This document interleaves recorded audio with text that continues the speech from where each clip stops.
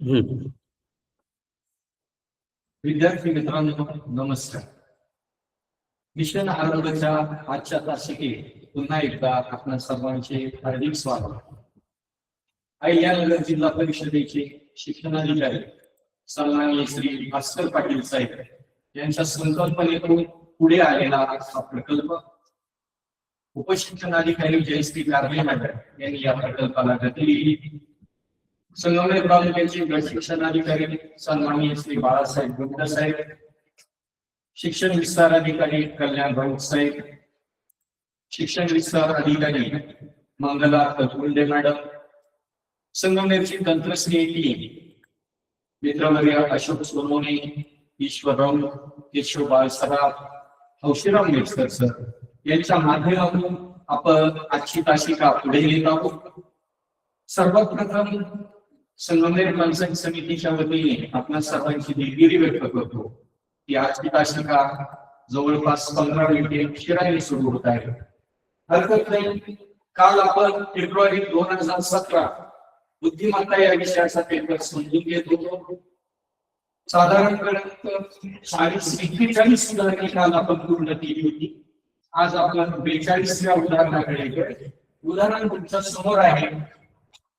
दररोज एक पेपर याप्रमाणे सोमवारी भाषा विषयाने परीक्षेची सुरुवात झाली. मराठी व इंग्रजी या विषयांच्या परीक्षेच्या पेपर दरम्यान परिसर 2 विषयाचा पेपर होता.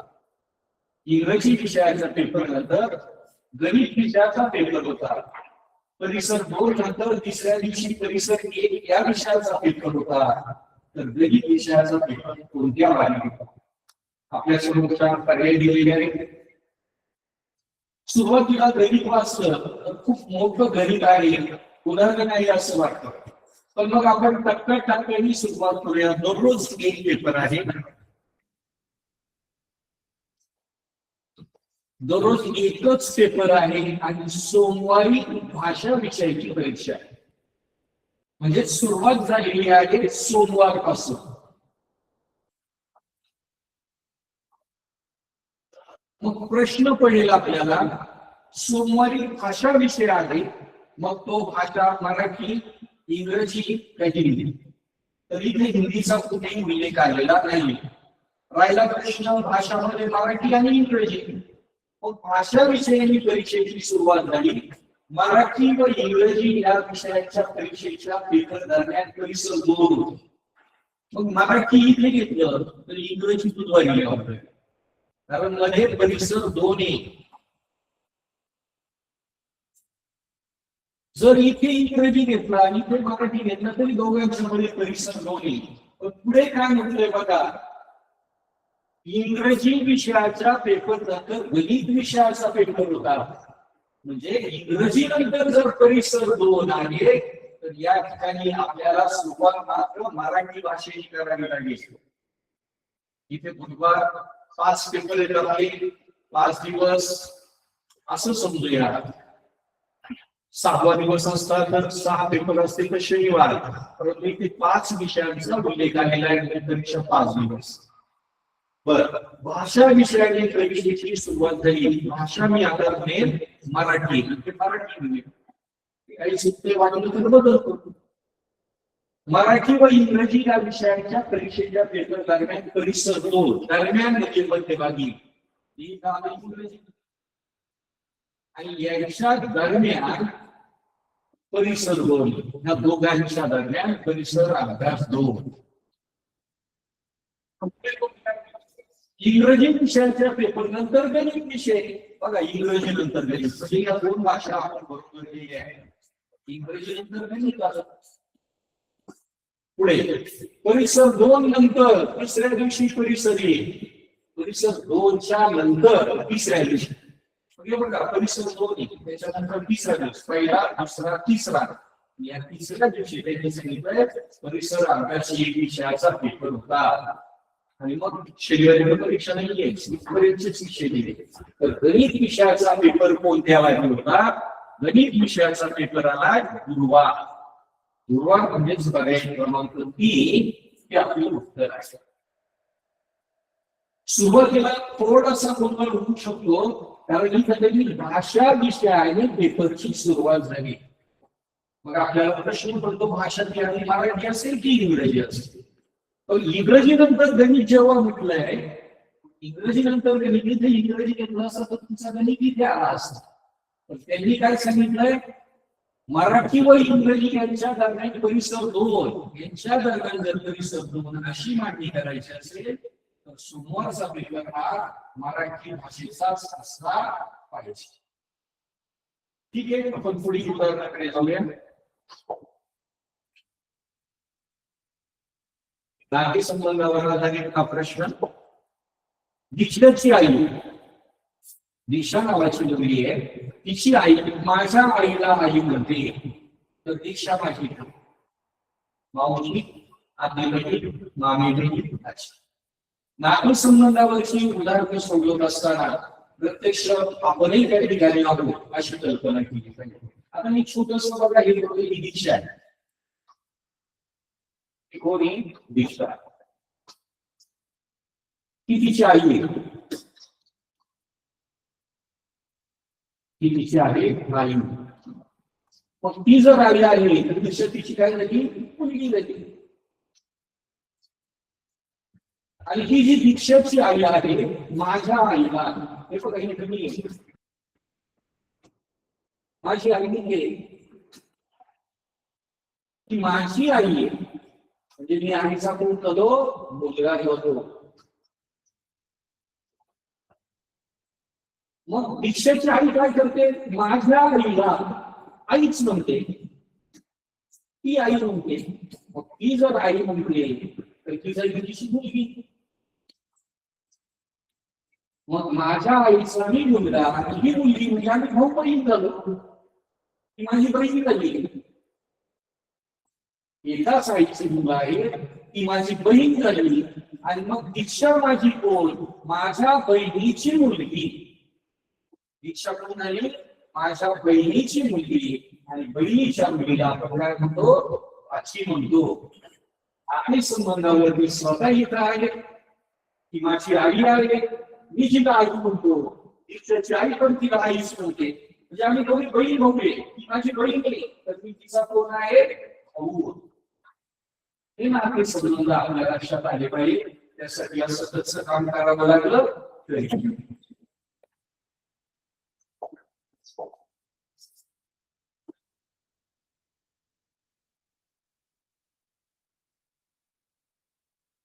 प्रश्न क्रमांक 44 तुमच्या समोर आहे. खालील आकृती एकूण त्रिकोणांची संख्या किती आहे. मध्यभागी वर्तुळ दिलेला आहे मुलांना. त्या ठिकाणी असणारे त्रिकोण मोजताना काळजी घ्यावी लागते. ज्यावेळी वर्तुळ असतं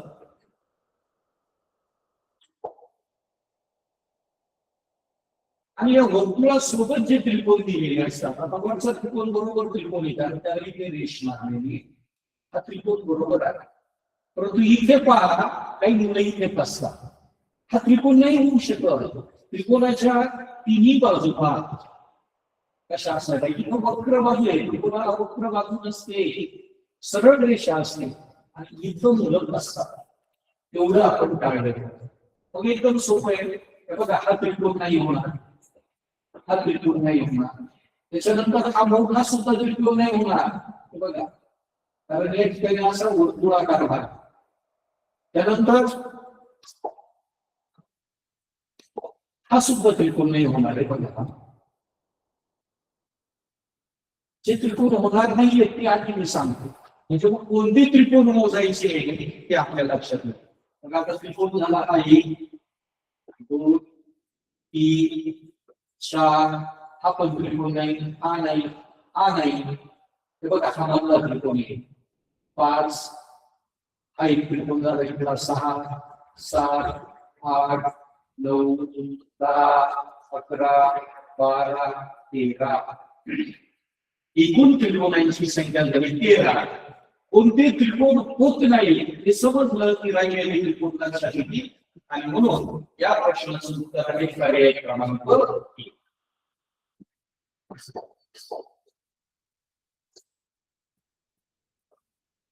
त्रिकोण मोजले, आता चौकोन मोजायला सांगितलेत आपल्याला. काही आकृती एकूण चौकोनांची संख्या आहे. आता या ठिकाणी चौकोन मोजायचे आहेत आपल्याला. बघा,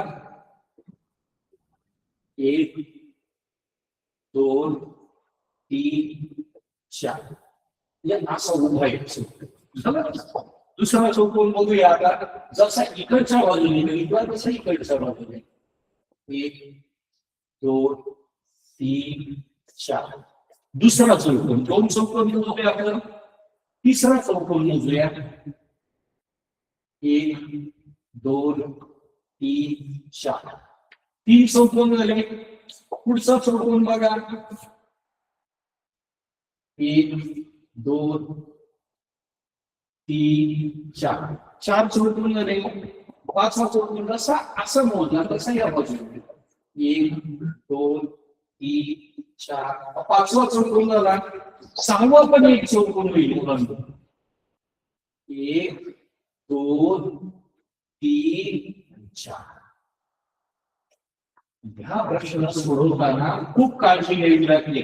आता मी तुम्हाला सुट्टे मोजून दाखवले, परंतु बऱ्याचदा आपला गोंधळ होण्याची शक्यता असते. या आकृतीमध्ये एकूण 6 चौकोन आहे. पर्याय क्रमांक 1. पुरेशा सरावाने आणि बारकाईच्या निरीक्षणाने असे प्रश्न आपल्याला सोडवता येतात. जास्तीत जास्त आकृत्यांमध्ये त्रिकोण चौकोन शोधण्याचा आपण सराव केला पाहिजे.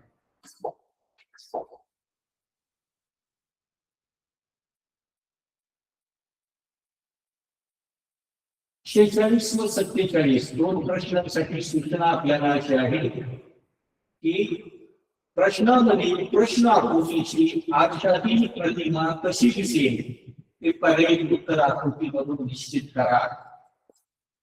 तुला बघून आरशातील प्रतिमा, पाण्यातील प्रतिबिंब सोडवताना काही छोट्या युक्त्यांचा वापर करायचा असतो. बरीचशी मुलं प्रश्नपत्रिका उलटी करून पाहणं किंवा कागदावर आकृती काढणं, त्याचा ठसा इकडे घेणं किंवा हातावर आकृती काढणं, त्याचा ठसा कागदावर उमटवणं, त्या वेळ खाऊ आणि योग्य नसलेल्या पद्धती आहेत. साधी आणि सोपी पद्धत की आरशामध्ये आपण डावा हात वरती केला तर तो उजवा दिसतो, म्हणजेच आरशामध्ये डावी बाजू उजवी होते. म्हणून मी काय करणार, या आकृतीपाशी असा हात धरणार आणि ती अंगठीची बाजू पलीकडे जाणार. डावा येऊन डाव्या बाजूला उजव्या बाजूला जाणार, उजव्या बाजूला येणे डाव्या बाजूला येणार. येताना त्याची ही जी बाजू आहे, ही जी बाजू आहे डावी, ती उजव्या बाजूला जाणार, उजवी बाजू डावीकडे येणार. असे छोट्या छोट्या ट्रिक्स वापरून पुरेशा सरावाने मग मी बघणार यन जेव्हा आरशात जाईल तेव्हा इथे पाहिजे, पण तो जसाच्या तसा नसणार. हा यन जसाच्या तसा नसेल. हा यन जेव्हा आरशात जाईल या बाजूला येईल, तो कसा होईल, इकडची जी बाजू आहे ती ह्या बाजूला येणार आणि ही जी बाजू आहे ती इथे येईल. रेषेची असली पाहिजे. म्हणून मी पहिला पर्याय लगेच बाद केला. दुसऱ्या पर्यायात यम दिसतोय मला इथे जसाच्या तसा. हा यम इकडे गेलेला पण डब्ल्यू झाला. आरशामध्ये काय होतं, वरची बाजू वरच, खालची बाजू खाली, फक्त डावी बाजू उजवीकडे होते. आणि पाण्यामध्ये काय होतं, वरची बाजू खाली येते. म्हणून हा यमचा डब्ल्यू होणार नाही. म्हणून पर्याय क्रमांक 2 चुकीचा आहे. बघा, यम मला जसा अपेक्षित होता तसा इथे आहे. हा यम डावीकडून उजवीकडे गेला, हा पर्याय जास्त बरोबर असण्याची शक्यता आहे. तरी मी चौथा पर्याय पाहिल्याशिवाय असं उत्तर येणार नाही. मग हा यम बरोबर दिलाय, त्याच बाजूला दिलाय, त्याची जागा इथे पाहिजे. म्हणून पर्याय क्रमांक 4 चुकीचा आहे. आणि आरशातील योग्य प्रतिमा आहे पर्याय क्रमांक 3. एवढ्या बारकाव्यानिशी जर आपण बघितलं तर आपली आरशातील प्रतिमा चुकणार आहे. आणि हा जो प्रश्न दिलेला आहे आपल्याला 46 आणि 47, पुढचाही प्रश्न आपल्याला आरशातील प्रतिमा बघायचा. ही प्रश्न आपण बघा आता. बघा आता या ठिकाणी हा छोटासा डी सारखा आकार दिसतोय, हा ई सारखा दिसतोय. आणि ज्यावेळी ही आकृती आपण आयुष्यामध्ये बघणार आहोत. हा पंचकोनी आहे. 1 2 3 4 5. मग तो पंचकोन कसा दिसेल? ही जी आडवी रेषा तिरपी रेषा असली की त्या पंचकोनामध्ये गेल्यानंतर इकडची तिरपी रेषा अशी होईल त्या पंचकोनामध्ये. मग या ठिकाणी जशी तशी रेषा बघा. पर्याय क्रमांक 1 बाद झाला अशी व्हायला पाहिजे म्हणून, आणि ती जायला पाहिजे. मग पहिला पर्याय पहा. दुसऱ्या पर्यायात बरोबर आहे. हा बी इकडे गेला पण जसाच्या तसा दिसतोय. जेव्हा बी आरशामध्ये जाईल तेव्हा साधारणपणे तो असा दिसायला. इथे डी जसाच्या गेलाय उजव्या बाजूला पण जसाच्या तसा दाखवला हा पर्याय. पुन्हा आपल्याला ही जी रेषा आहे ती तशी दाखवली पर्याय क्रमांक 3 मध्ये. पर्याय क्रमांक 3 बार. मग पर्याय क्रमांक 4 मध्ये बघा ही रेषा बरोबर आहे. हा डी इकडे आला बघा तसाची. हा ई अक्षरामध्ये जेव्हा बघू डावी बाजू तो असा व्हायला पाहिजे. बरोबर आहे तसंच दाखवलाय. त्याच्यानंतर ही वाटी इथे बरोबर आहे. ही वाटी पण चुकलेली वरची बाजू खाली झालेली आणि म्हणून आपल्याला अपेक्षित उत्तर आहे पर्याय क्रमांक 4. पर्याय क्रमांक 4 म्हणजे प्रत्येक बाग पद्धतीने जर आपण आरशातील प्रतिमा किंवा पाण्यातील प्रतिबिंब एकेका गोष्टीवरून बाण करत गेलो तर अचूक उत्तरापर्यंत पोहोचतो. पुन्हा एकदा लक्षात ठेवा. आरशामध्ये डाव्या बाजूने आकृती उचलायची, उजव्या बाजूला टाकायची आणि पर्याय ते दिसते का पाहायची. डाव्या बाजूने उजव्या बाजूला टाकताना वरची बाजू बरच राहते, खालची बाजू खालीच राहते. त्यात बदल होत नाही. त्यानंतर आपण पुढच्या उदाहरणाकडे उदाहरण क्रमांक 48 व 49 साठी आपल्याला सूचना आहे.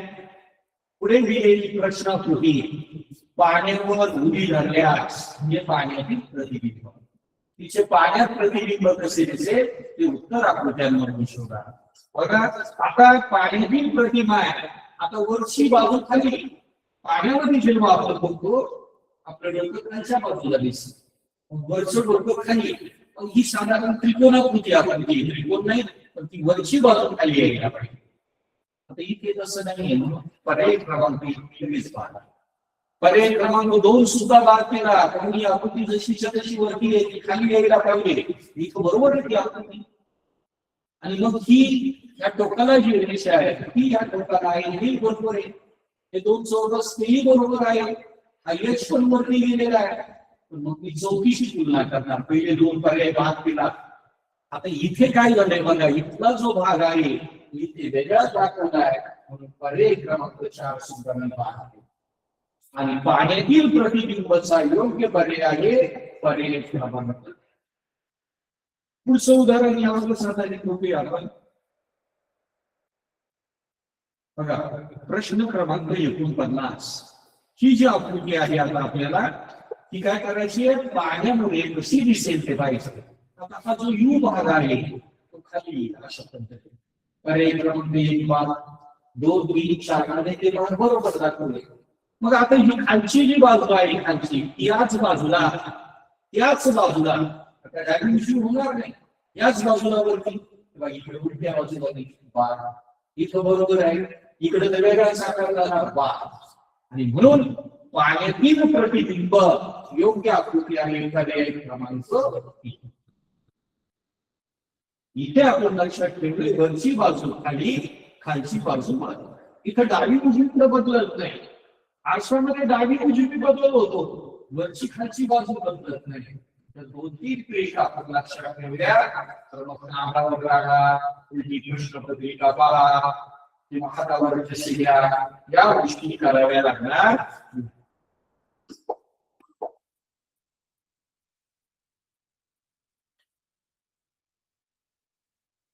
अतिशय सोपं उदाहरण. सामाजिक व भावनिक बुद्धिमत्ता. सहलीला गेलेला शुभम गडाच्या भिंतीवर टोकदार वस्तूने नाव लिहू लागला. या प्रसंगी तुम्ही काय करा. तुमचा मित्र आहे सहलीला गेला आणि त्या गडाच्या ज्या भिंती आहे त्याच्यावर नाव कोरतोय. तुम्ही काय करा. मित्र म्हणून मानवी नाव कोरण्यास सांगे. सार्वजनिक ऐतिहासिक वास्तूंचे जतन करण्याविषयी समजावे. त्याला लिहिण्यास सहकार्य करणार नाही, त्याला किंवा लिहिण्यास जबरदस्ती करेल. आता मुलांना ऐतिहासिक वारसा आहे तो आपण जपला पाहिजे म्हणून आपलं नाव कोरण्यास सांगणं चुकीचं आहे. त्याला किंवा लिहिण्यास जबरदस्ती करेल, लिही तू माझंही लिही, हे पण अगदी चुकीचं आहे. त्याला लिहिण्यास सहकार्य करणार नाही, हे बरोबर आहे, चुकीचं नाही, सहकार्य नाही करायचं. पण आपल्याला एकच उत्तम पर्याय निवडायचा आहे. सर्वात चांगलं काय आहे तर सहकार्य करणार नाही, यापेक्षा अधिक चांगलं काय आहे, सार्वजनिक ऐतिहासिक वास्तूंचे जतन करण्याविषयी समजावे. हा आपल्या महाराजांनी आपल्या पूर्वजांनी ऐतिहासिक वास्तू आहे त्यांनी जीवापाड जपलेली आहे, मेहनत केलेली आहे, जतन करण्याची जबाबदारी आपली आहे. म्हणून तिसऱ्या पर्यायापेक्षा सर्वोत्कृष्ट पर्याय पर्याय क्रमांक 2 आहे. म्हणून त्याचं उत्तर हे असं.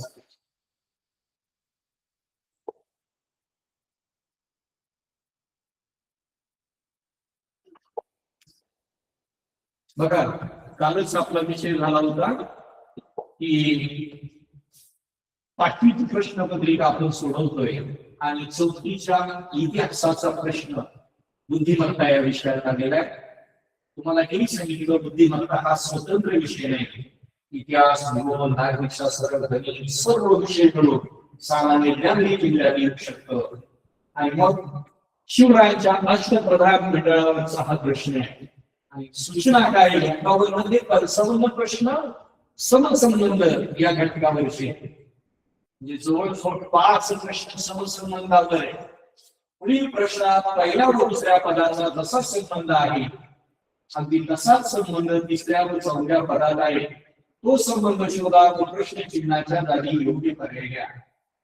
मोरत्रिंबक पिंगळे हे शिवरायांच्या अष्टप्रधान मंडळात प्रधान होते. तर निराजीरावजी कोण? फक्त ह्या प्रश्नापुरतं न बघता मोरत्रिंबक पिंगळे प्रधान जर होते तर त्यांचं काम काय होतं? प्रधान काय काम करायचं तर राजांच्या अनुपस्थित राजकारभार पाहण्याची जबाबदारी प्रधानांवर होती. प्रधान म्हणजे जे अष्टप्रधान मंडळाचे पंतप्रधान सर्वात प्रमुख होते. जेव्हा शिवराय नसतील, राजे नसतील तर संपूर्ण राज्यकारभार चालवण्याची जबाबदारी त्यांच्यावर असायची. निराजीरावजी हे न्यायाधीश होते. न वरून हे लक्षात ठेवा, न आला की न वरून सुरुवात. निराजीरावजी न्यायाधीश होते. न्यायाधीश हे न्यायदानाचं काम जे भांडण खटले असतील काही असतील तर योग्य न्याय देण्याचं काम निराजीरावजींकडे असायचं. मग आता तुम्हाला काही पर्याय मंत्री कोण, सुमंत कोण, अमात्य कोण हे सांगता आलं पाहिजे. तर शिवरायांच्या अष्टप्रधान मंडळात दत्ताजी पंत त्र्यंबक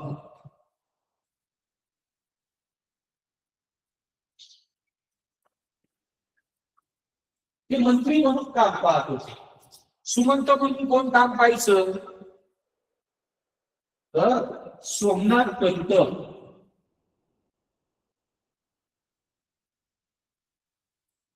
त्र्यंबक धवी हे सुमंत म्हणून काम पाहायचं.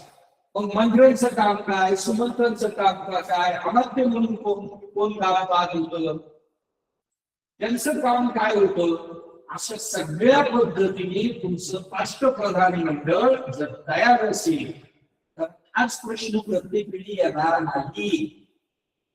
वेगळ्या पद्धतीने प्रश्न विचारला. त्यात आता 4थीला पण या वर्षी शिष्यवृत्ती परीक्षा आहे. त्या मुलांना यावर प्रश्न विचारले जाण्याची अधिक शक्यता आहे. तर त्या दृष्टीने आपली चौकस तयारी असली पाहिजे. फक्त प्रश्नपत्रिका सोडवतो म्हणून त्या प्रश्नांवरती तयारी नको. तर सर्वांगाने आपली तयारी असावी अशी अपेक्षा.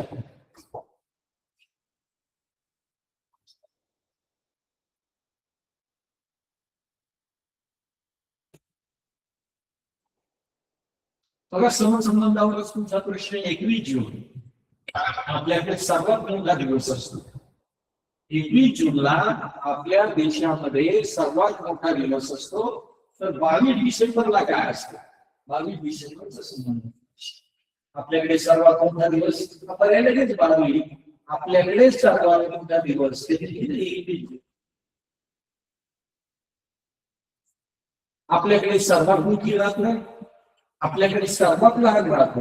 मुलांना ज्या दिवशी सर्वात मोठा दिवस असतो याचा अर्थ होतो की त्या दिवशी आपल्याकडे सर्वात लहान रात्र असते.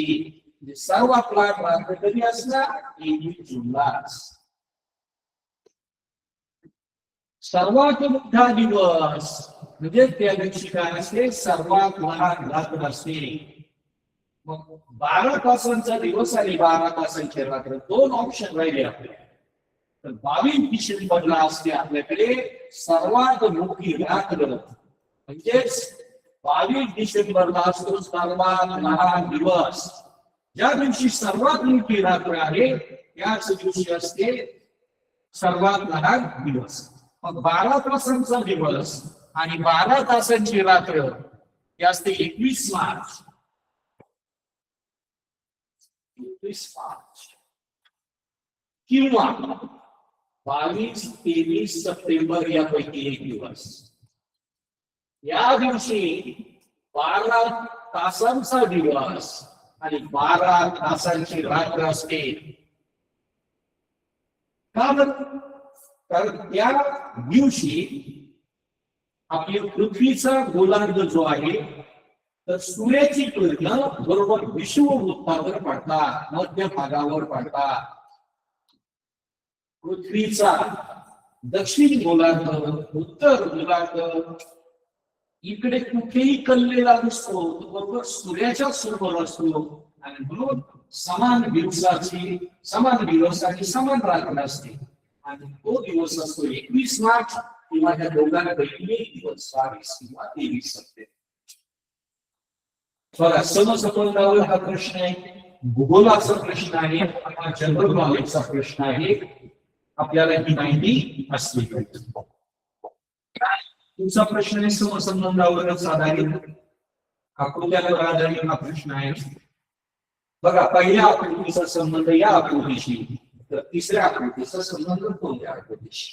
4 पर्याय दिलेले आहेत.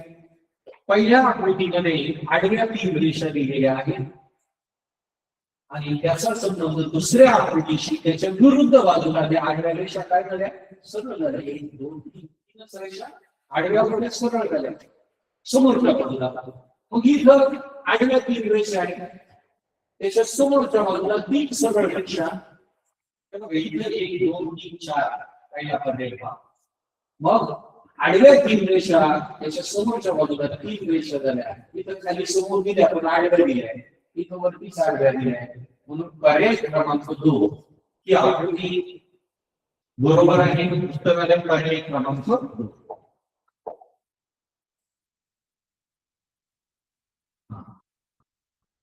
उदाहरण क्रमांक 54. आता 24चा संबंध 8शी तर 36चा संबंध 9शी. साधी सोपी पद्धत पहिला आपण वापरणार बेंचवर पाठ. 36चे पण केले 3 6 तर पर्याय नाही. म्हणजे पहिला पर्याय आपण जी लिंगी वापरली ती बाजूला जाते. मग अजून 8 कसे येतील आणि 36चा संबंध कसा येईल ते आपल्याला वेगवेगळ्या रीतीने शोधून पाहावं लागेल. 2चा घन 8 किंवा काही आणखी या पद्धतीने आपण करून बघूया. वेगवेगळ्या पद्धतीने केलं तर कसं येईल ते पाहूया. समजा 2चा वर्ग केला 4 4चा वर्ग केला 16 16 आणि 4 20 काही नाही येत. 8शी संबंध येत नाही. मग 2चा घन 8 केला आणि 4चा वर्ग केला 16 16तून 8 गेले 8 16तून 8 गेले 8. तर इथं भीक लागली की 2चा घन मी केलाय आणि 4चा वर्ग केलाय तर 8शी संबंध येतो. मग 3चा जसा 2चा घन केला, मग 3चा घन करून पाहिला, 3चा घन 27, 6चा वर्गच करतो मी, कारण 4चा वर्ग केला, पहिल्याचा घन दुसऱ्याचा घन, मग 6चा वर्ग केला, 6चा वर्ग आला 36, 36 वजा 27 केले तर उत्तर इकडे येतो. तेही कार्यरत नाही. आणखी वेगळी पद्धत काय करून पाहावी लागेल आपल्याला, ते बघावं लागेल.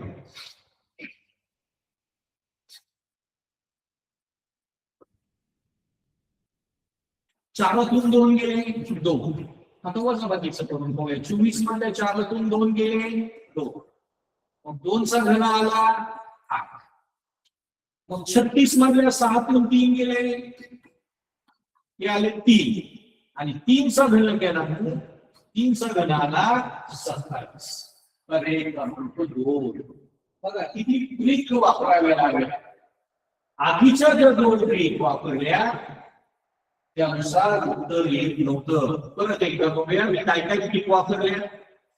पहिल्यांदा मी काय केलंय, 2 गुणिले 4 बरोबर 8, नंतर 3 गुणिले 6 बरोबर 3चा 1 18, 18 पर्याय नाही, ही ट्रिक वाया गेली. नंतर मी काय केलं, 24 मधल्या 2चा वर्ग केला 4, घन केला होता 2चा घन 8, आणि 4चा वर्ग केला होता 16, या 16तून 8 गेले, मग 8 आले. मग त्याच ट्रिकने मी काय केलं, 3चा घन 27 केला, 6चा वर्ग केला 36, आणि 36 वजा 27 केले तर उत्तर आलं होतं 9. 9 पर्याय नाही. 2 ट्रिक वाया गेल्या. मग मला त्यांची वजाबाकी करून जमलंय का बघावं लागेल. तर 24 मध्ये 4 वजा 2 केलेली आहे 2, त्या 2चा घन होतो 8, मग 36 मधल्या 6 वजा 3 केले, उत्तर आलं 3, आणि 3चा घन येतो 27, म्हणून उत्तर आले पर्याय क्रमांक 2. या प्रकारच्या उदाहरणांना बऱ्याचदा आपण सोडवतो. आपली ट्रिक ही काही चुकीची नव्हती मी केलेली, हे केलेलं मी चुकीचं नाही, पण असं जे उत्तर आलं ते त्यांना अपेक्षित नाही, त्यांना त्यांच्या ट्रिक प्रमाणे हवंय. मग मी दुसरी पद्धत शोधली, ही सुद्धा चुकीची नाहीये, काही चुकीचं केलेलं नाही, परंतु जे उत्तर मला येतं ते त्यांना अपेक्षित नाही. मला आणखी वेगळं काही, त्यांना काय त्यांच्या मनात काय आहे, त्यांनी काय शोधलंय ते आपल्याला शोधायचंय. अशा वेगवेगळ्या ट्रिक वापरून ही उदाहरणे सोडवावी लागतात. उत्तर आलेले पर्याय क्रमांक 2. तुम्हाला समजलं असेल अशी अपेक्षा करून पुढच्या उदाहरणाकडे जाऊया. बघा उदाहरण क्रमांक 55. एका वर्ग ते 55 साठी सूचना होती समसंबंधाची. 3927 चा संबंध 4845, तर 1845 चा संबंध कोणाशी. 4 पर्याय तुमच्या समोर. बऱ्याचदा खूप मोठमोठ्या संख्या बघितल्या काही गडबडून जातात. ज्यावेळी अशा मोठ्या संख्या असतात, 1000 ते 1000ची तुलना, शतकची शतकाची तुलना, ही पद्धत थोडी फायदेशीर ठरते. बघा 3 आणि 1 4, मग इथं करून पाहिजे जसं 1 आणि 1 इथे केले वाढलं तिथं वाढलं. 9तून 1 गेला 8, मग 8तून 1 गेला 7, मग 2 आणि 2 4, इथं 2 मिळवले, 2 आणि 2 4, इथं 4 आणि 2 6, मग 7तून 2 गेले 5, मग 5तून 2 गेले 3, 2763 पर्याय क्रमांक 1. ही झाली पहिली पद्धत. आणखी तुम्ही काय करू शकता, त्या 2 संख्यांमधलं अंतर किती आहे ते पाहू शकता. तसं 4845 मोठी संख्या झाली वजा 3927 कितीने मोठी झाली बघूया. 5 मधून 7 जात नाही, कृष्णा गेला, 15तून 7 गेले 8, 3तून 2 गेला 1, 8 मधून 9 जात नाही, मग 18तून 9 गेले 9. तुला 9 हिच्यापेक्षा ही संख्या 918 ने मोठी झाली, 918. मग याच्यामध्ये 918 घालून 845 अधिक 918 अकरा 5 13 साल 4 5 6 9 8 17 साल 2763 बघा. दोन पद्धतीने आपल्याला हे करता आलंय. पण मला वाटतं हजारचे पुन्हा शब्दाची शब्दाशी पुन्हा हे केलं तर उदाहरण सोडवणं थोडंसं सोपं वाटेल. तुम्हाला जी पद्धत योग्य वाटेल त्या पद्धतीने तुम्ही करू शकता. आता पुढच्या 2 प्रश्नांसाठी अतिशय सोपे प्रश्न आहेत. 56 आणि 57 तंतोतंत जुळणारी आकृती पर्याय शोधा. तंतोतंत जुळणारी प्रश्न आपण वाचलेला आहे. पर्याय म्हणून निवडली स्त्री तंतोतंत जुळणारी आकृती. प्रत्येक चिन्ह बघायचं. प्रथम मी बघितलं की चिन्ह वेगळं असेल. पहिला पर्याय भाग. दुसऱ्या पर्यायामध्ये हे बरोबर आहे. लिंकनचा भाग नाही. दुसरा पर्याय भाग. तिसऱ्या पर्यायात साधारण सगळे चिन्ह बरोबर दिसतात. तरी चौथा पर्याय मग हे चिन्ह माझं जिंकले गेलं म्हणून चौथा पर्याय भाग. उत्तर आलं पर्याय क्रमांक 3. सगळ्यात सोपे प्रश्न. तुम्ही काय केले प्रॉब्लेमचे तंतोतंत आकृती. पुढचंही आपल्याला तंतोतंत आकृती ओळखण्यासाठी यातले काही भाग केले असतात ते भाग काही पाहिले. बघा प्रथम आम्ही काळा टिंब पाहिला. पहिल्या पर्यायात नाही. तिसऱ्यामध्ये वेगळ्याच बाजूला आहे. चौथ्यामध्ये वेगळ्याच बाजूला आहे. एवढ्या एका काळ्या टिंबावरून मला जशीच्या तशी तंतोतंत दिसणारी आकृती ओळखू. तंतोतंत म्हणजे जशीच्या तशीच दिसली पाहिजे. सोप्या प्रश्नांना वेळ लागत नाही. आपण पुढे बघूया. उदाहरण क्रमांक 58. एका रांगेत विराटच्या उजवीकडे 15 मुले व डावीकडे 21 मुले उभी आहेत. या रांगेत मध्यभागी उभा असलेला वीचा क्रमांक दिला. जेव्हा डावी बाजू उजवी बाजू येते त्यावेळी शक्यतो आपण आडवी रेष काढावी. विराट उभा आहे हा विराट. याच्या उजवीकडे म्हणजे आपल्या उजवीकडे 15 मुले. त्याच्या उजवीकडे म्हणजे आपल्या उजवीकडे 15 मुले. विराटच्या उजवीकडे 15 मुले. डावीकडे 21 मुले आणि मध्यभागी उभ्या असलेल्या विधीचा क्रमांक. मधला क्रमांक काढताना रांगेतील एकूण मुलांची संख्या माहीत असली पाहिजे. आणि मधला क्रमांक तेव्हाच काढता येतो जेव्हा विषम संख्येमध्ये मुलं असतील. फक्त विषम संख्येचाच मधला क्रमांक काढता येतो. समसंख्येचा मधला क्रमांक काढता येत नाही. मग ही एकूण मुलं ही विषम संख्येत असली पाहिजे. इथं जर तुमची समसंख्या आली तर तुम्ही समजून घ्यायची इथंच काहीतरी स्थिती आहे. मग एकूण मुलं किती झाली? ही 21 ती 15. विराट मधला करायचं. 21 ची 15 ची बेरीज करतात 36 येते. आणि मग मधला क्रमांक काढता येत नाही. हा विराट उभा आहे. एकूण झाले 37 मुलं. मग काही मुलं मधल्या मुलासाठी खूप शोधतात. 18 इकडं 18 तिकडं 36 आणि मध्यभागी 19. तर आपल्याकडे एक सूत्र पण आहे मधला क्रमांक काढण्यासाठी. मधला क्रमांक बरोबर एकूण मुले अधिक 1 भागिले 2. एकूण मुलं होती इथं 37 मुलं अधिक 1 भागिले 2. 37 आणि 38 भागिले 2. मधल्या मुलाचा क्रमांक आलेला आहे. मधला क्रमांक आलेला आहे 19. प्रथमतः मधला क्रमांक काढण्यासाठी रांगेतील एकूण मुलांची संख्या काढणं आवश्यक आहे. आणि ती आधी आपण शोधलं पाहिजे. आणि एकूण मुलं विषम आली का नाही याची पण खात्री झाली पाहिजे.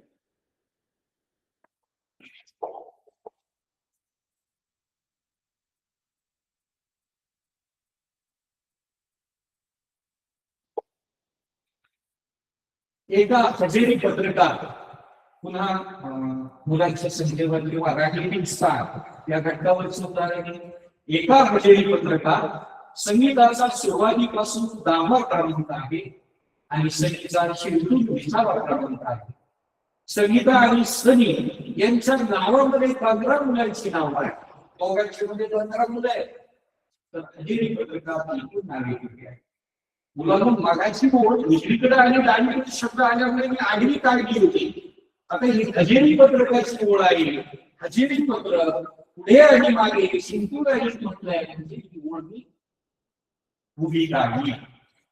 तर संगीताचा सुरुवातीपासून दावा करणार आहे. बघा इथे आहे संगीता.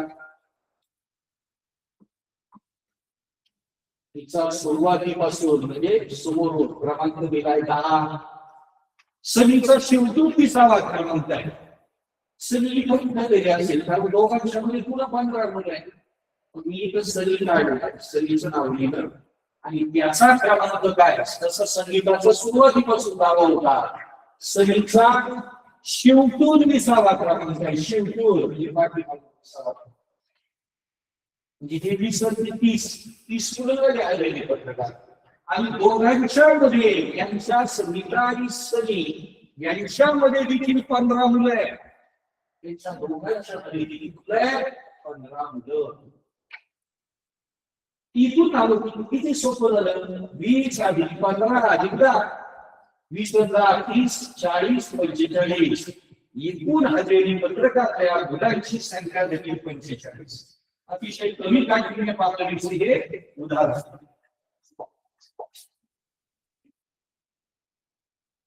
उदाहरण क्रमांक 7. रोजी पश्चिमेकडे तोंड करून उभी आहे. ती तिच्या डाव्या बाजूने काटकोनात 2 वेळा फिरली. तिची पाठ उलट्या दिशेला असते. मुलांना यासाठी आपलं दिशाचक्र नक्की पूर्णपणे असलं पाहिजे. नकाशाकडे पाहिल्यावर नेहमी असे उत्तर दिशा, खालची दक्षिण दिशा, आपल्या उजव्या हाताची पूर्व दिशा, डाव्या हाताची पश्चिम दिशा.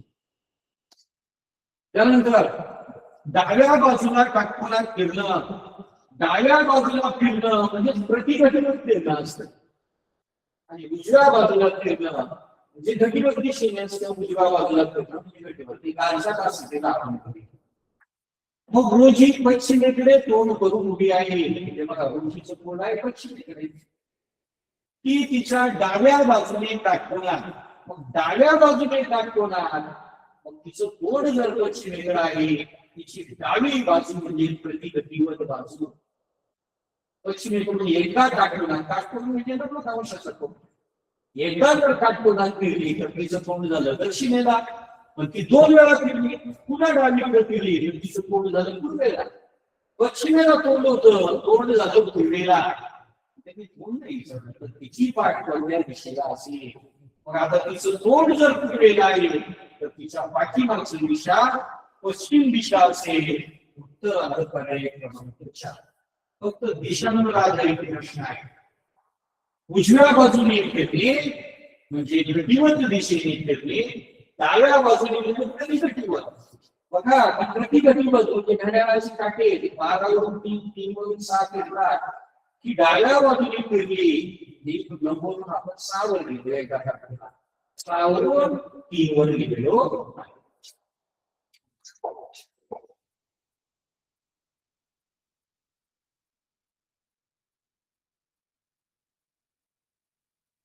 उदाहरण क्रमांक 61. पुन्हा हे दिशांवर आधारित उदाहरण आलेलं आहे. रुक्साना पश्चिमेला 19 किलोमीटर गेली, नंतर ती दक्षिणेला 13.5 किलोमीटर गेली, त्यानंतर पूर्वेला 7.5 किलोमीटर गेली, नंतर उत्तरेला 13.5 किलोमीटर जाऊन आली. तर ती मूळ ठिकाणापासून किती अंतरावर आहे. पुन्हा एकदा दिशाचक्र. वरची दिशा उत्तर, खालची दिशा दक्षिण, नकाशाकडे पाहिल्यावर उजव्या हाताची पूर्व आणि डाव्या हाताची पश्चिम. बरं, रुक्साना आता या ठिकाणी उभी आहे असं आपण समजूया. तर ती पश्चिमेला 19 किलोमीटर अंतर गेली. बघा पश्चिम म्हणजे या बाजूला 19 किलोमीटर अंतर आली. बरं, गेली पश्चिमेला 19 किलोमीटर, नंतर ती दक्षिणेला 13.5. मुलांना दक्षिण खालच्या बाजूला आहे आणि 13.5 किलोमीटर. मग आता तुम्हाला 19 कुठे लहान देशात लागली पाहिजे. ही 19 किलोमीटर आहे, त्यापेक्षा तुम्ही लहान देशात आली 13.5 किलोमीटर दक्षिणेला ती आली. साधारण आपल्याला अंदाज चालू पाहिजे. 19 तुम्ही 13.5 आहे. मग आली दक्षिणेला 13.5 किलोमीटर, त्यानंतर पूर्वेला 7.5, पूर्व ह्या बाजूला आहे, पूर्वेला 7.5च गेली, या 13.5पेक्षाही लहान पाहिली 19 किलोमीटर आहे. इथं 7.5 किलोमीटर पूर्वेला गेली आणि थांबली. बर, पुन्हा उत्तरेला 13.5 किलोमीटर, उत्तर म्हणजे वरची दिशा. आता इथून परत ती वरची किती 13.5, इथून इथपर्यंत 13.5 आहे, इथून इथपर्यंत सुद्धा 13.5 अंतर गेली. मग सगळं जे अंतर होतं हे 19 किलोमीटर होतं. बघा एवढं अंतर 19 किलोमीटर होतं. तर ती मूळ ठिकाणापासून किती अंतरावर आहे, पुन्हा तिचं हे मूळ ठिकाण तिथून ती किती अंतरावर आहे. एक आयत तयार झाला, हे 13.5 तर हे 13.5, हे 7.5 तर हे 7.5 किलोमीटर. आणि ती मूळ ठिकाणापासून म्हणजे 19 किलोमीटर सगळं होतं, त्याचं 7.5 वजा करावं लागेल. 19 किलोमीटर वजा 7.5,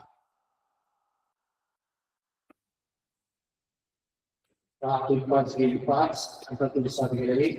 तर ती मूळ ठिकाणापासून आता 11.5 किलोमीटर इथून इथपर्यंत ते झालं 11.5 किलोमीटर.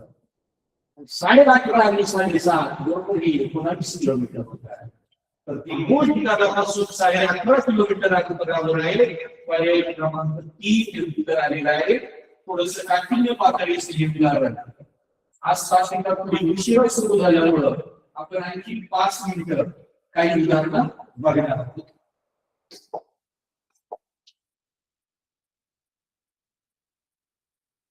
उदाहरण क्रमांक 62.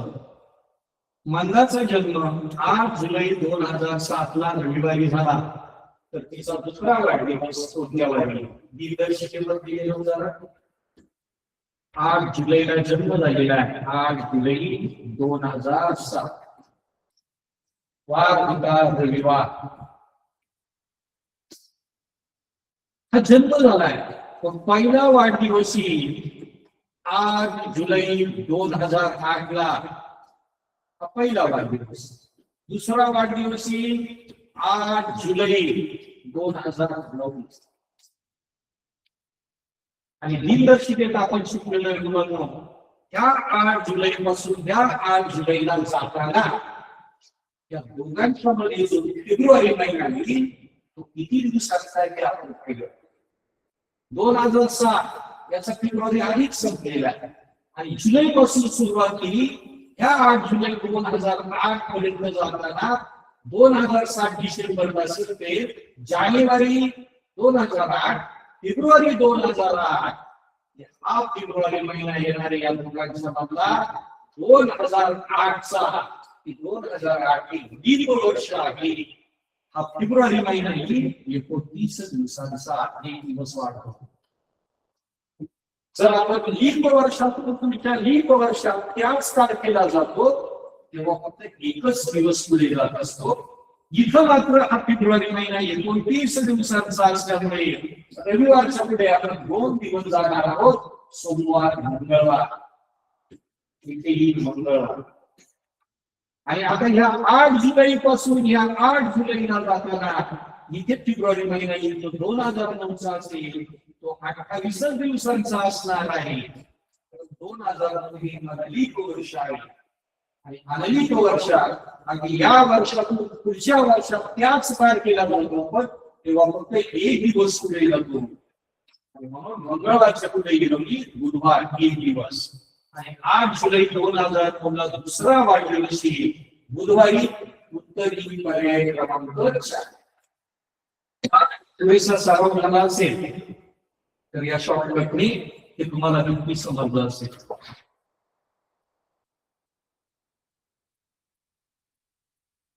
पुढचं उदाहरण आहे, एका वर्षी 2 ऑगस्टला बुधवार होता, तर त्याच वर्षातील 4 सप्टेंबर कोणत्या वारी?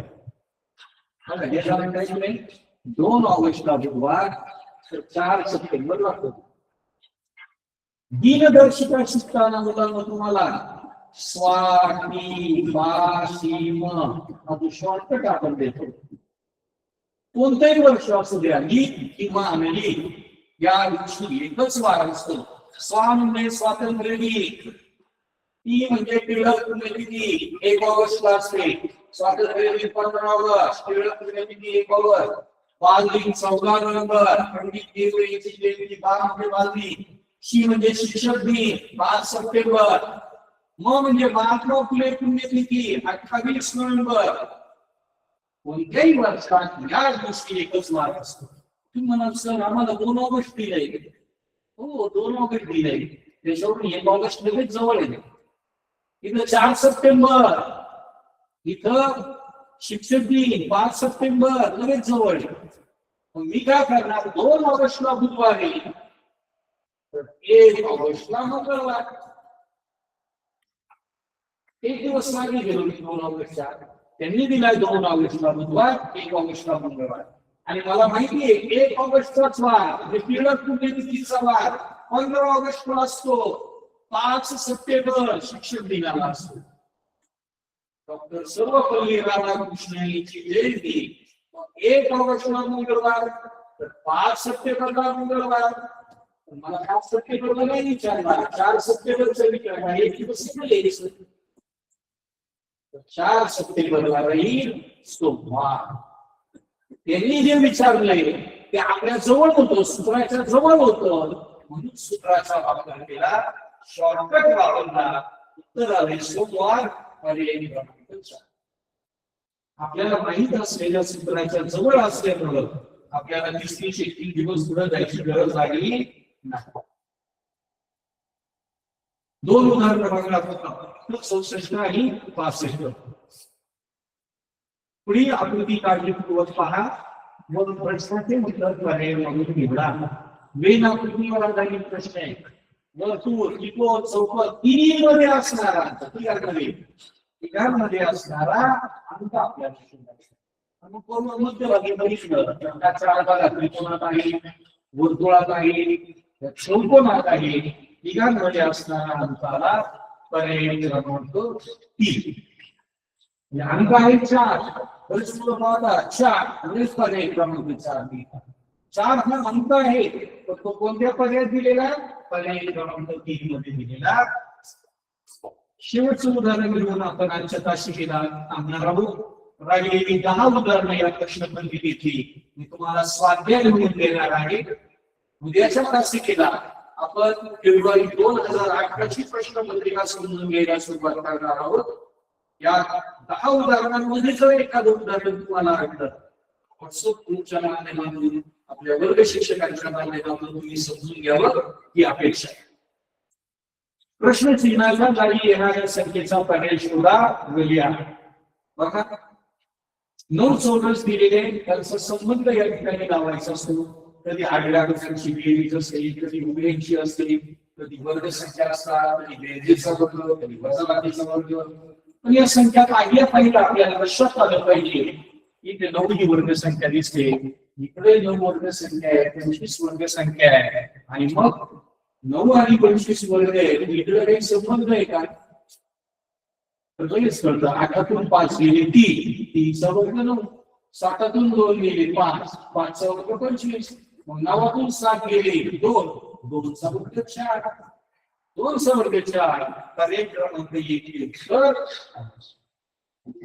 तर आपण जे प्रश्न समजून घेतले त्यापेक्षा अधिक सोपे प्रश्न तुमच्या भागामध्ये होते. राहिलेले 10 प्रश्न तुम्ही सोडवावे ही अपेक्षा. माझी तासिका आपल्याला समजली असेल अशी अपेक्षा करतो. आजच्या तासिकेला आमच्या मार्गदर्शक शिक्षण विस्तार अधिकारी श्रीमती मंगला कलुंदे मॅडम, आमचे तंत्रस्नेही मित्र टीम सर्वजण उपस्थित राहिले. अनमोल असं सहकार्य झालं त्यांचे धन्यवाद व्यक्त करतो आणि तासिका संपली असं जाहीर. धन्यवाद.